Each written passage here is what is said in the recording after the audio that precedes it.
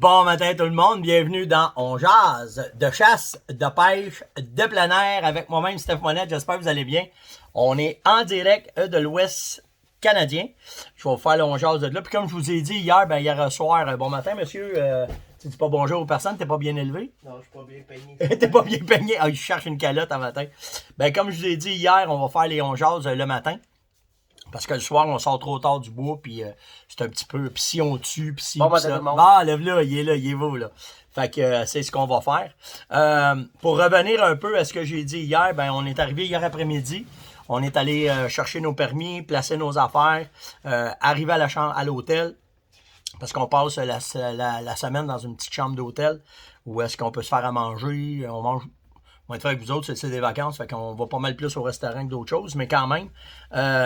Puis après ça, ben, on est allé rencontrer notre pourvoyeur, puis pour pouvoir demander, se faire assigner des places de chasse. Ben certain, la première affaire que tu demandes, c'est comment est-ce qu'est la chasse. Y a-tu le gibier, es-tu là, y es-tu présent? Puis moi ici, j'ai un contrat avec le pourvoyeur pour faire de l'aménagement. C'est notre 3e année qu'on fait de l'aménagement. L'orignal a monté beaucoup, le wapiti a monté beaucoup. Pour ce qui est du cerf de Virginie puis du wapiti, c'est difficile parce qu'il y en avait déjà. Par contre, ce qu'ils ont remarqué, c'est qu'ils voient de plus en plus de 130, 140, ce qu'on voyait moins avant. Puis le gauge, il n'est pas dur à comprendre, c'est que si tu vois du 130, 140, tes chances de tuer 150, 160 sont là. Tandis que si tu tues, puis ça, quand on parle de ça, là, on parle du bone and crockett, là, je vous en ai déjà parlé, mais si tu vois juste des spikes, ben ta chance de voir un trophée est moins là parce que l'écart des âges n'est pas là. Ça te prend des écarts d'âge pour être capable de te rendre à des bucks matures. Fait que tu sais, si tu as du 2,5, 3,5, 4,5, tu as des chances d'avoir un 5,5, 6,5 qui s'est échappé. Tandis que si tu as du 1,5, la chance de t'en aller dans du 6,5, 7,5 est très très difficile. Alors ici, ben c'est un peu ça. C'est les chances qu'on a, c'est que il y a du 2,5, 3,5, 4,5. Puis en plus, on calcule même pas les outsiders qui arrivent d'un peu partout parce que hier, je parlais avec des chasseurs, puis c'est un peu ça qui est arrivé. Là. Certains des bucks qu'on n'a jamais vu, puis ils ont retourné dans leurs appos, ils n'avaient pas vu ces caméras. T'as tes bucks locales qui sont là, mais t'as aussi ceux qui arrivent du nowhere, puis que là, t'as une chance de récolter. Fait que c'est ça qui est ça. Fait qu'hier soir, ben, on est allé chasser, on a fait... nous autres, on aime beaucoup, je chasse beaucoup, comme je vous disais, avec des micros à pas. J'aime pas chasser directement sur les sites où est-ce qu'il y a des gars. Fait que je vais me faire des micros à pas, je vais mettre des caméras de surveillance. Puis si je vois que les bucks arrivent là plus de jour, plus tranquille, moins nerveux, ben là, c'est ces places-là que je vais chasser. Puis hier, ben après ça, on est allé, on appelle ça glacer. C'est que tu t'en vas te placer sur un endroit où est-ce que tu as une bonne vision. Puis là, ben avec les jumelles, on chasse. Puis là, ben il est arrivé ce qui est arrivé. On a vu une tête de femelle mule serre-mulet apparaître. Puis là, ben naturellement, on disait, il y a de quoi, il y a de quoi, il y a peut-être de quoi, peut-être de quoi. Puis à un moment donné, on a 22e appareil. Fait que j'ai dit à Yann, hein, je vois pas sa tête. Fait que Yann, il est monté sur le dessus. Là, il s'est monté sur le marchepied du camion pour regarder. Puis là, ben, quand il a décollé, c'était un très, très beau trophée. Fait que on l'a pas eu. Fait que ce matin, ben, on va peut-être retourner faire un tour dans ce coin-là, voir si on n'aurait pas une chance de le récolter. Puis voir qu'est-ce qu'il y en a, puis ça va être quoi nos chasses. Fait que c'est un peu ce qui s'est passé hier. J'ai une couple de sujets, une couple de questions. Je vais revenir avec les sujets, mais je vais commencer avec les questions. Danick m'a demandé si je cale trop, est-ce que je peux brûler mon spot selon toi? Ben selon moi, non. Ce qui est important, c'est quand tu fais du call, c'est d'essayer de ne pas faire de bruit qui n'ont pas de bon sens. Exemple, cogner du métal, les astiques de bouteilles d'eau, il n'y a rien de pire que ça. Fait ça, c'est ça qui va brûler ton spot. Tandis que si tu fais attention au reste, ben tu caleras jamais trop parce que tu sais jamais comment est-ce que... Un call, ça pousse pas rien. Que tu fasses du rattling, que tu casses des branches, que ça fait pas peur au chevreuil. C'est les bruits qui ne sont pas habitués d'entendre qui vont faire la différence. Fait que c'est ça, il faut que tu fasses bien attention, Danick. Penses-tu que la météo peut influencer les activités? Bonnes, mauvaises? C'est Sylvain qui m'a demandé ça. Puis je pense que c'est une question par rapport à la semaine passée, vous avez eu bien de la pluie. Oui, ça influence, c'est sûr et certain, mais ça peut influencer sur le bon côté aussi, parce que avec toute la pluie que vous avez eue, comme moi, ça revient un peu. Le mauvais temps que vous avez eu, c'est par rapport à nous autres, ce qu'on a eu quand on était dans le nord de l'Ontario. Puis c'est le fameux buck que moi et Yann, on a filmé, là, qu'on vous a montré les images. Puis tu sais, arrêtez-vous pas. Si vous avez une tente, si vous avez une cache, puis qu'il fait pas beau, allez-vous-en dans la cache, passez la journée là.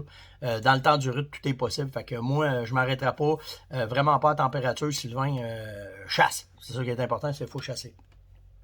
Mélanie Roy m'a demandé, peux-tu nous parler du cadre du Breeding Bello? T'en as déjà parlé, t'en as parlé dans le live à Serge. Je suis prêt à préparer de quoi là-dessus.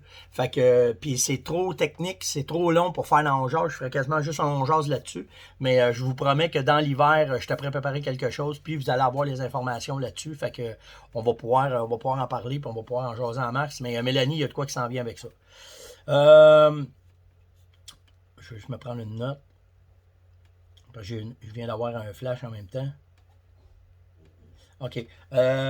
J'ai Lynn qui m'a envoyé une photo d'une femelle à bosse entre les deux pattes en avant ici sur le chest. Elle a une grosse masse. Puis quand elle marche, ça semble un peu la déranger. C'est-tu dangereux? Qu'est-ce que tu en penses? Qu'est-ce que c'est? Souvent, ces masses-là, ils vont se faire ça quand ils courent dans le bois puis qu'il y a une branche qui va leur rentrer dans le chest. Puis ça va faire de l'infection. Ça va faire un kiss. J'ai vu ça. Pas souvent, mais j'ai vu ça quelques fois là, dans ma carrière, puis dans l'élevage aussi, on en a déjà vu. Tu vas voir à un moment donné, là, ça va venir gros. Ça tombe quasiment à terre, là, ça se remplit d'infections. Puis à un moment donné, ils vont la fendre. Puis quand il y a faim, ça sort, ça va se replacer, puis tout est correct. Et en tout cas, moi, j'ai pas vu. Ce qui est très, très plate dans ce genre de kiss-là, c'est qu'ils deviennent plus vulnérables parce qu'ils ont de la misère à se déplacer. Fait que c'est la seule affaire, mais il n'y a pas de danger pour la viande, il n'y a pas de danger pour rien. C'est juste que ainsi va la vie sur le côté des serres de Virginie. J'ai beaucoup de demandes, là, j'ai pas toutes pris les noms, là, mais tu peux-tu venir voir nos territoires, tu peux-tu venir nous aider à faire nos sites, tu peux-tu... je voudrais bien, mais vous voyez mon rythme de vie, là, comment est-ce que c'est, puis comment est-ce que on travaille fort, puis toute la quête, j'ai plus le temps de faire ça. Puis c'est pour ça qu'on fait On Jase à tous les matins, c'est qu'on essaye de répondre à vos questions, on essaye de vous faire évoluer, de vous transmettre le plus d'informations tout de suite. Fait que ceux qui me demandent si je tourne dans le bois, si je vais faire des conférences, si je fais plus ça. On Jase est là pour ça maintenant. Comme je vous l'ai dit, on est prêt à préparer des choses un peu plus spécifiques par rapport à toutes les questions. Tu prêt faire un wrap-up de ça. Mais pour ce qui est d'aller sur le terrain des gens, j'ai plus le temps de faire ça. Puis je pensais qu'Yann aurait peut-être pris la relève, puis il est plus à côté que moi. Fait que oubliez ça, là, on pourra pas. Fait que je vous invite à nous suivre dans On Jase. On va vous dire ça de même. Mes bucks ont disparu, il me reste une coupe de femelles. Qu'est-ce qui se passe? Qu'est-ce que tu ferais à ma place? Quelle technique que tu ferais? C'est bien simple. C'est normal que les appâts soient délaissés à ce temps-ci. Le rut est dedans, là, on rentre dedans. Là, on est le 14, là, on rentre direct dans le prime. Puis là, ben, ça chase, ça court, tu peux laisser la porte ouverte, là. Ouais. C'est le bout de l'année où est-ce que tout peut arriver. Fait qu'inquiétez-vous pas. Puis même si tu penses que ton spot, il y a une baisse d'activité, tu peux l'avoir brûlé. Là, ça, on va en revenir avec ça. Mais moi, je te dirais, inquiète-toi pas. Continue à chasser. Désespérez pas. C'est pas le temps de désespérer. C'est le meilleur du meilleur du meilleur. Là. Fait que tu vas être assis. Si tu vas avoir 3 jours, tu n'as rien vu. Puis à un moment donné, tu vas voir arriver un master, puis qui vient voir qu'est-ce qui se passe à la peau, puis les senteurs qui ont été laissées, puis qu'est-ce que tu as fait, puis les faux grattages, puis l'odeur de femelle. Moi, là, je m'en vais plus vers les odeurs de femelle. Et tabarnak, je pensais que... oui, là, je commence à voir. C'est blanc matin. Ah, c'est blanc matin. Il y a neigé. Fait que... Mais tu sais, moi, je vous dirais, arrêtez-vous pas à ça. C'est le meilleur du meilleur. Puis arrêtez-vous. Je vais vous dire ça de même, OK? V'là 15 ans, là, quand on chassait, là, les caméras de surveillance n'existaient pas. Puis, on chassait. On s'arrêtait pas juste aux caméras. Puis votre pire ennemi présentement, c'est les caméras de surveillance. D'aller voir le matin les photos. Quelqu'un qui dit bon, c'est dans la nuit. Asti, arrêtez ça. Faites pas ça. Les caméras, là, tu peux les prendre à cet instant, les poignées puis les serrer. À moins que tu fasses de nouvelles places. Mais tes places où est-ce que tu sais qu'il y a de l'activité, on va vous dire ça de même. S'il y a des pistes à terre, assis-toi là. Arrête d'aller voir ta caméra. Arrête d'aller mettre de l'odeur. Écoute, hier, on avait cette discussion-là avec le pourvoyeur, là.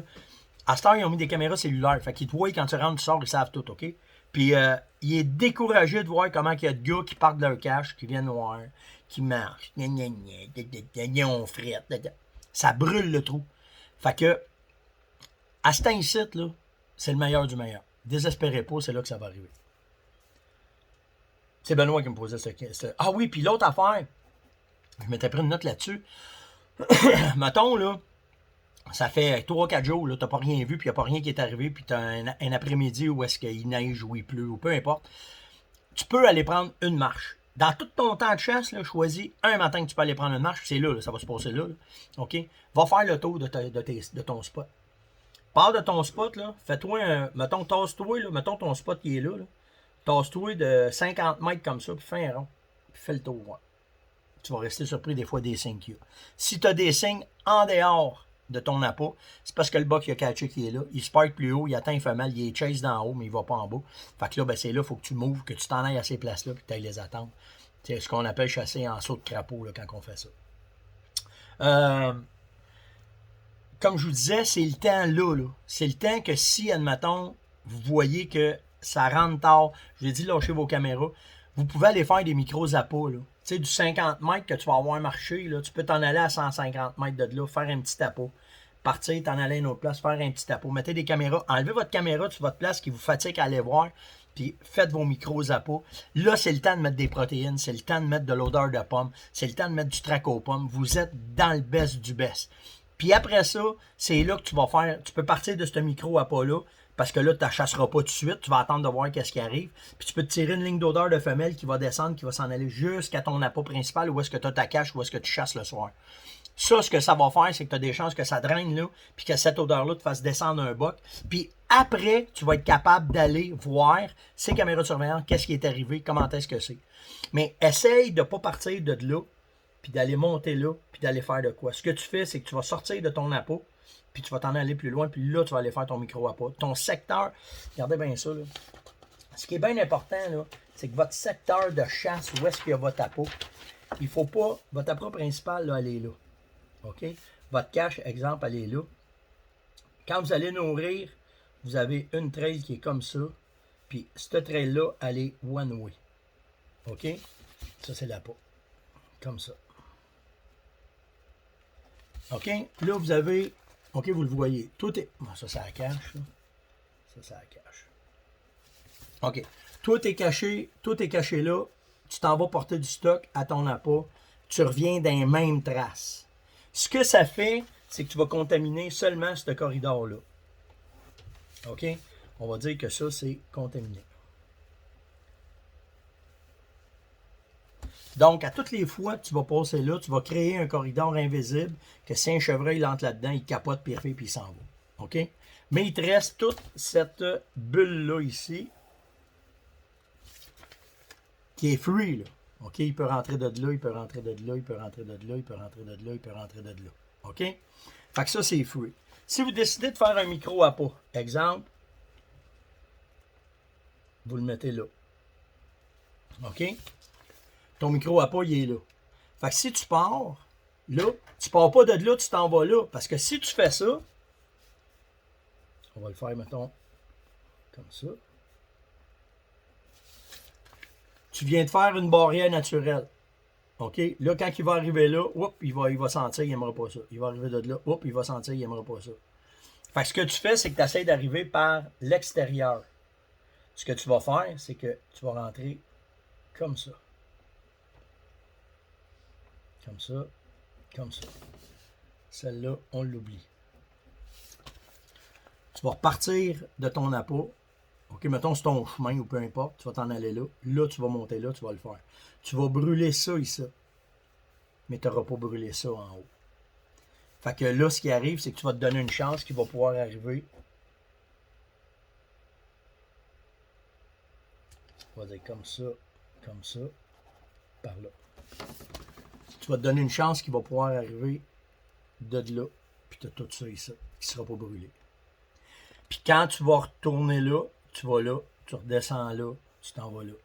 Tu descends là, tu t'en vas là. Tu passes pas comme ça. Ce que tu veux pas, c'est laisser le moins possible d'indices à tes bocs dans le bois. C'est pour ça qu'on revient tout le temps dans nos traces. On va tout le temps revenir vers notre place pour faire attention. Puis là, c'est là, je vous dis, là, c'est là que vous allez mettre du Frischtix, c'est là que vous allez mettre des protéines, c'est là que vous allez mettre du trac aux pommes, vous allez mettre votre odeur de pomme, puis tu vas venir laisser 5-6 pommes avec ça, that's it. T'en mets pas gros, tu fais l'équivalent d'un contenant de crème glacée, 4 litres de stock que tu vas mettre là, that's it, avec ta caméra de surveillance, que tu vas traiter au destrodeur, puis c'est fait. By the way, je sais que je me plug, là, mais le kit 141, il est fait direct pour ça. Il a été pensé direct pour ça. Puis, c'est pour ça qu'on a mis une urine aussi dedans de femelle pour justement puissiez faire une ligne d'odeur puis l'amener à l'autre place. C'est vers cette technique-là qu'on voulait s'en aller avec vous autres pour vous l'expliquer. OK? Là, cette technique-là, c'est une technique plus avancée parce que justement, quand tu as un petit territoire puis que tu as de quoi que tu vas essayer d'exploiter au maximum pour essayer d'amener du chevreuil au maximum, bien, cette technique-là va vous aider beaucoup. Donc, l'ensemble 41 est inspiré de ça, de cette technique-là. Combien de temps? Ça fait combien de temps, là? Ah, c'est bon, c'est fini déjà. Je vais vous parler de la pression de chasse, OK? Je donnerai pas de nom, je dirais pas qui, mais il y a une gang de gars là, qui récoltent, ça va bien. Là. OK? Il y a des beaux bucks de ramasser, les gars font attention, puis ils sont pas tout le temps sur leur spot. C'est pour ça que je vous dis que de chasser juste le soir à un endroit, c'est important. Puis même si vous avez une petite terre, vous êtes tenu de chasser les extrémités beaucoup, mais une place où est-ce que vous savez que c'est un bon spot, qui vont souvent, mettez moins de pression. Vous allez voir, là ça va faire quasiment 10 jours que les bucks mangent plus. OK? Qu'ils ont commencé le rythme, qu'ils ont commencé à chasser, qu'ils ont commencé à faire leurs affaires. Puis là, le moindrement qu'ils trouvent une place où est-ce que c'est bon en protéines, ils vont y aller. Puis les masters, eux autres, qui ont vu la pression de chasse, qui ont vu les chasseurs arriver, sont beaucoup moins actifs. Ils vont laisser dans des patchs cachés, puis ils vont laisser passer la pression parce qu'ils savent qu'ils peuvent réaccoupler plus tard. Fait que là, c'est là qu'il faut faire attention à votre pression de chasse. Vous êtes en vacances, vous allez mettre du temps, vous l'asseyez. Vos meilleurs spots, t'es mieux de chasser un excellent spot 2, 3, 4 fois maximum dans toute ta saison, de chasser en périphérie de ça, que de mettre ça soir après soir après soir après soir sur une place, qu'à un moment donné, tu vas avoir brûlé ton endroit par juste ce que tu dégages comme odeur en entour de ton spot va faire que ça va être moins bon. C'était l'on jase de ce matin. J'espère que vous appréciez. J'espère que vous avez aimé ça. Je vais faire juste une parenthèse sur le respect, OK? Le respect des sites de chasse. Le respect qui est mutuel entre les chasseurs et ceux qui ne vont pas à la chasse. Les chasseurs, ben, il faut respecter ceux qui rentrent qui arrivent, les chouclecs de béton là, qui arrivent, là, ben, il faut les respecter quand même parce que les autres ne sont pas au courant qu'à cet incite, c'est le temps de la chasse. Il y en a bien là, qui arrivent de 40 000 épaisseurs d'asphalte où est-ce qu'ils restent, puis ils ne sont pas au courant de ce qu'ils font. Fait que les éduquer, leur parler, le faire, c'est important. Puis de l'autre bord, ben, ceux qui ne vous respectent pas dans ça, vous pouvez appeler les agents de la faune pour dire qu'ils vous empêchent de chasser ou bien. Parce que c'est un droit, ça. C'est un droit, exactement. C'est un droit à la chasse. Il n'y a personne qui a le droit de vous empêcher de chasser en autant que vous respectez les lois qui en entourent. Fait que c'est ça. Le respect. C'est bien important. C'est ce qui est la base de toutes nos. De notre communauté puis de qu'est-ce qu'on fait. Mais soyez vigilants avec ceux qui ne connaissent pas la chasse. Éduquez-les, montrez-leur. S'ils ont peur, montrez-leur que vous n'êtes pas des barbares, qu'on est là, qu'on est des gestionnaires de la faune et non pas juste des ramasseux de ce qu'il y a dans le bois. Là. Donc, sur ce, passez une excellente journée. Puis, by the way, la question du jour, mettez-vous trop de pression d'après vous autres? C'est quoi vous faites pour enlever de la pression sur votre territoire de chasse? Venez me dire qu'est-ce que vous faites. Moi, Steph, je chasse aux 2-3 jours. Moi, Steph, hey Steph, j'ai pas pensé à ça. Tu as raison, je mets trop de pression. Autant ceux qui mettent de la pression que ceux qui en mettent pas. Venez donc me parler de ça matin, de qu'est-ce qu'il y en est. Likez, partagez, invitez et surtout commentez. Puis nous autres, ben, on s'en va à la chasse. Ciao tout le monde.